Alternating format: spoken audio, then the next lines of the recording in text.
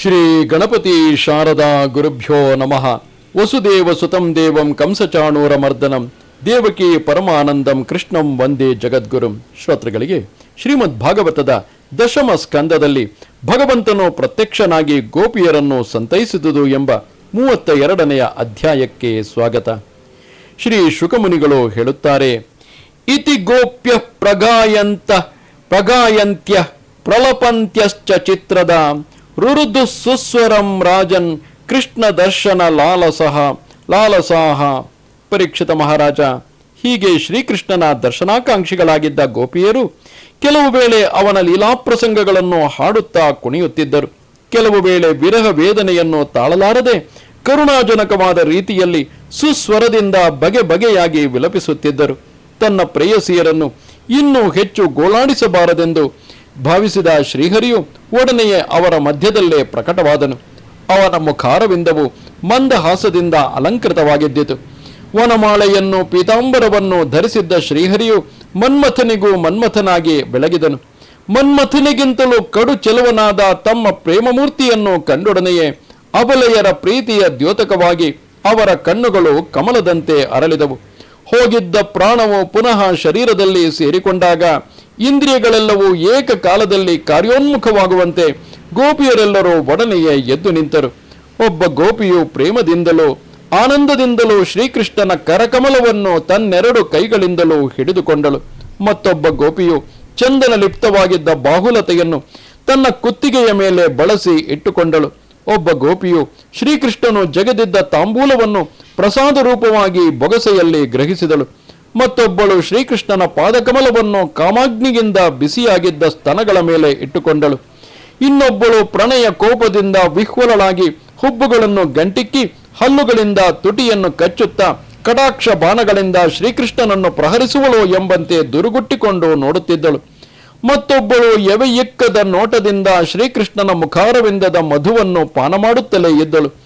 ಸತ್ಪುರುಷರು ಭಗವಂತನ ದಿವ್ಯ ಚರಣಾರವಿಂದಗಳನ್ನು ಎಷ್ಟು ನೋಡಿದರೂ ತೃಪ್ತರಾಗದಿರುವಂತೆ ಆ ಗೋಪಿಯು ನಿರಂತರವಾಗಿ ಮುಖ ಕಮಲದ ಮಧುವನ್ನು ಮುಚ್ಚದ ಕಣ್ಣುಗಳೆಂಬ ದುಂಬಿಗಳ ಮೂಲಕವಾಗಿ ಪಾನ ಮಾಡುತ್ತಿದ್ದರೂ ತೃಪ್ತಳಾಗಲೇ ಇಲ್ಲ.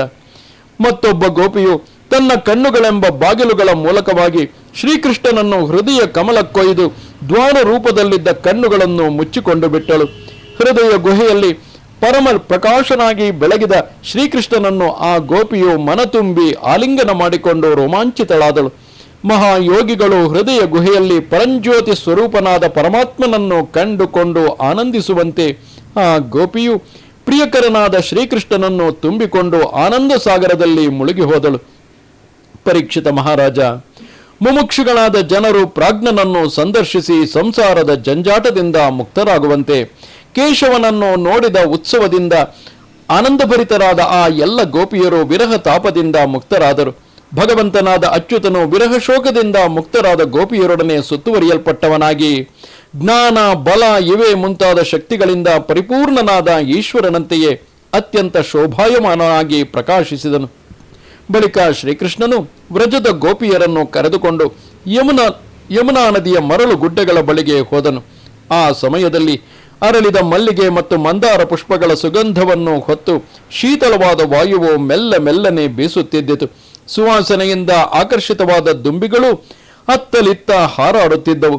ಶರತ್ಕಾಲದ ಹುಣ್ಣಿಮೆಯ ಚಂದ್ರನ ಕಿರಣಗಳಿಂದ ಮೂಡಿಬಂದ ಹೃದಯಾನಂದಕರವಾದ ಬೆಳದಿಂಗಳಿನಿಂದ ರಾತ್ರಿಯ ಕತ್ತಲೆಯು ತೊಲಗಿ ಹೋದದ್ದಲ್ಲದೆ ಗೋಪಿಯರಿಗೆ ಆ ರಾತ್ರಿಯು ಅತ್ಯಂತ ಮಂಗಳಕರವೂ ಆಯಿತು.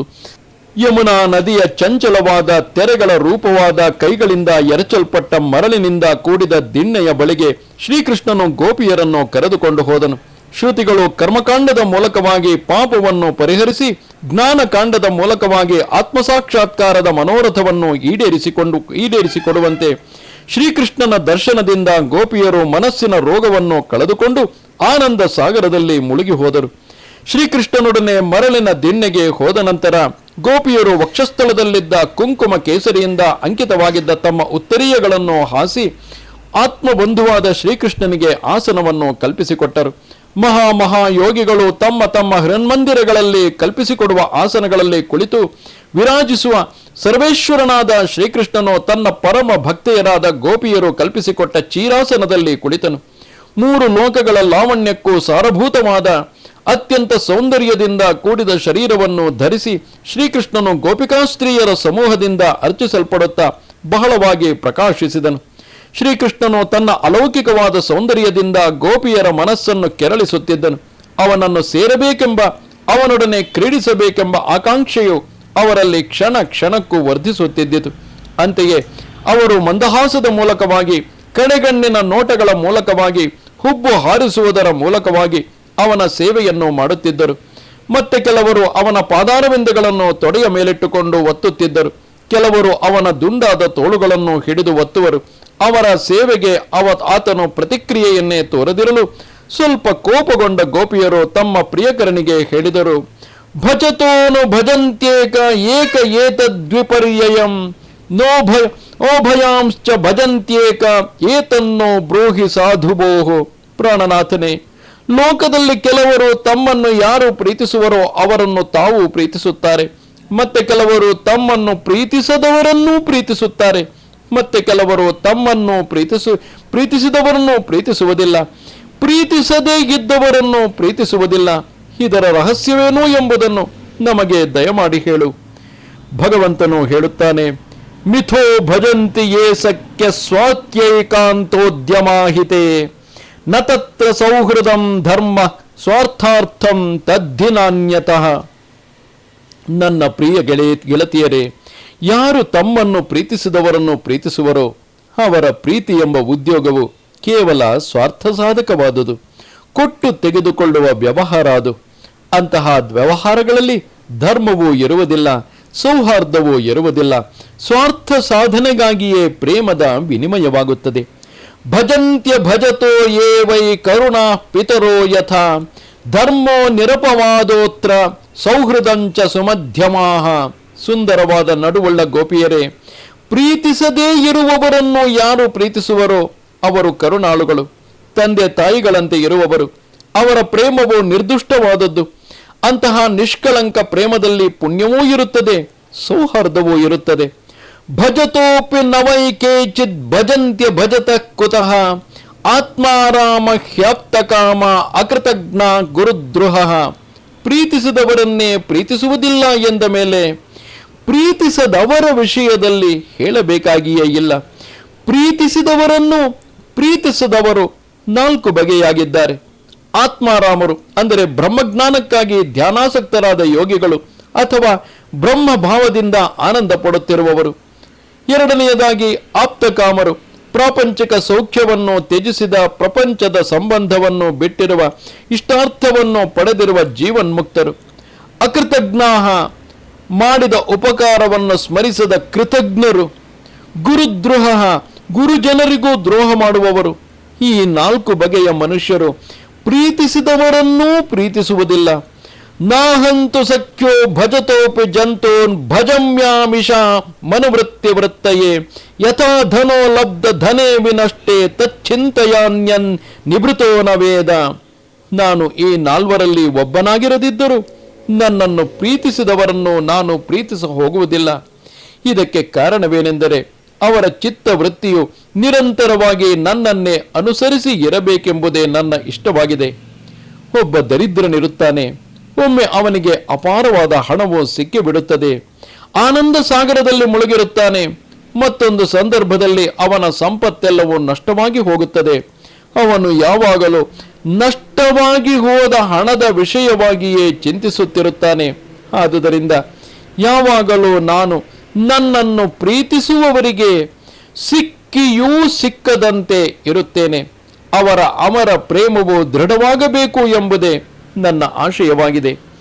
ಏವಂ ಮದರ್ಥೋಜ್ಜಿತ ಲೋಕವೇದ ಸ್ವಾನಾಂ ಹಿವೋ ಮೈ ಅನುವೃತ್ತಯೇ ಬಲಾಹ ಮಯಾ ಪರೋಕ್ಷಂ ಭಜತಾತಿರೋಹಿತಂ ಮಾಸೂಯಿತು ಮಾರ್ಹತ ತತ್ ಪ್ರಿಯಾಹ. ಅಬಲೆಯರೇ, ನೀವೆಲ್ಲರೂ ನನ್ನ ಸಲುವಾಗಿಯೇ ಲೋಕ ಮರ್ಯಾದೆಯನ್ನು, ಶಾಸ್ತ್ರ ಮರ್ಯಾದೆಯನ್ನು, ಸ್ವಜನರನ್ನು ಪರಿತ್ಯಜಿಸಿ ನನ್ನಲ್ಲಿಯೇ ಅನುರಕ್ತರಾಗಿ ನನ್ನ ಬಳಿಗೆ ಬಂದಿರಿ. ನಿಮಗೆ ನನ್ನಲ್ಲಿ ಇನ್ನೂ ಹೆಚ್ಚಿನ ಪ್ರೇಮ ಉಂಟಾಗಲು ಮತ್ತು ನನ್ನನ್ನೇ ಅನುವರ್ತಿಸುವಂತೆ ಮಾಡಲು ನಿಮಗೆ ಕಾಣದಂತೆ ಮರೆಯಾಗಿದ್ದುಕೊಂಡು ನಿಮ್ಮನ್ನೇ ಪರೋಕ್ಷದಲ್ಲಿ ಧ್ಯಾನಿಸುತ್ತಿದ್ದೆನು. ಆದುದರಿಂದ ಪ್ರಿಯತಮೆಯರಾದ ನೀವು ನನ್ನಲ್ಲಿ ದೋಷವೆಣಿಸಬೇಡಿರಿ. ನೀವೆಲ್ಲರೂ ನನಗೆ ಪ್ರಿಯರಾಗಿರುವಿರಿ. ಅಂತೆಯೇ ನಿಮ್ಮೆಲ್ಲರಿಗೂ ನಾನು ಪ್ರಿಯನಾಗಿದ್ದೇನೆ. ನಪಾರಯೇಹಂ ನಿರವಧ್ಯ ಸಂಯುಜಾಂ ಸ್ವಸಾಧು ಕೃತ್ಯಂ ವಿಬುಧಾಯುಷಾಪಿವಹ ಯಾಮ ಭಜನ್ ದುರ್ಜರಗೇಹ ಶೃಂಖಲಾಹ ಸವೃಶ್ಚ ತದ್ಭ್ಯ ಪ್ರತಿಯಾತು ಸಾಧುನಾ. ಪ್ರೇಯಸಿಯರೇ, ಋಷಿಮುನಿಗಳಿಂದಲೂ ಪರಿತ್ಯಜಿಸಲು ಸಾಧ್ಯವಾಗದ ನನ್ನ ಮನೆ, ನನ್ನ ಪತಿ, ನನ್ನ ಪುತ್ರ ಇವೇ ಮುಂತಾದ ಸಂಸಾರದ ಸಂಕೋಲೆಗಳನ್ನು ಕತ್ತರಿಸಿ ನನ್ನ ಬಳಿಗೆ ಬಂದಿರುವಿರಿ. ನನ್ನೊಡನೆ ನಿರ್ದುಷ್ಟವಾದ ಭಕ್ತಿಯ ಸಂಬಂಧವನ್ನು ಹೊಂದಿರುವ ನಿಮಗೆ ಸರಿಯಾದ ಪ್ರತ್ಯುಪಕಾರವನ್ನು, ದೇವತೆಗಳ ಆಯುರ್ಮಾನವನ್ನು ಹೊಂದಿದರೂ ಮಾಡಲು ನನಗೆ ಸಾಧ್ಯವಾಗುವುದಿಲ್ಲ. ಆದುದರಿಂದ ನೀವು ಮಾಡುವ ಸತ್ಕಾರದ ಸ್ವೀಕಾರವನ್ನೇ ನಿಮಗೆ ನಾನು ಮಾಡುವ ಪ್ರತ್ಯುಪಕಾರವೆಂದು ಪರಿಗಣಿಸಿರಿ. ಇದರಿಂದ ನಿಮ್ಮ ಮನೋರಥವು ಈಡೇರಲಿ ಎಂದು ಶ್ರೀಕೃಷ್ಣ ಪರಮಾತ್ಮನು ಆ ಗೋಪಿಯರಿಗೆ ಹೇಳುವಲ್ಲಿಗೆ ಮಹಾಪುರಾಣವು ಪರಮಹಂಸ ಸಂಹಿತೆಯೂ ಆಗಿರುವ ಶ್ರೀಮದ್ ಭಾಗವತದಲ್ಲಿ ದಶಮ ಸ್ಕಂದದ ಪೂರ್ವಾರ್ಧದಲ್ಲಿ 32ನೆಯ ಅಧ್ಯಾಯವು ಮುಗಿಯಿತು. ನಮಸ್ತೆ ಶಾರದೆ ದೇವಿ ಕಾಶ್ಮೀರ ಪುರವಾಸಿನಿ ತ್ವಾಮಹಂ ಪ್ರಾರ್ಥಯೇ ನಿತ್ಯಂ ವಿದ್ಯಾದಾನಂಚ ದೇಹಿಮೆ. ನಮಸ್ಕಾರ.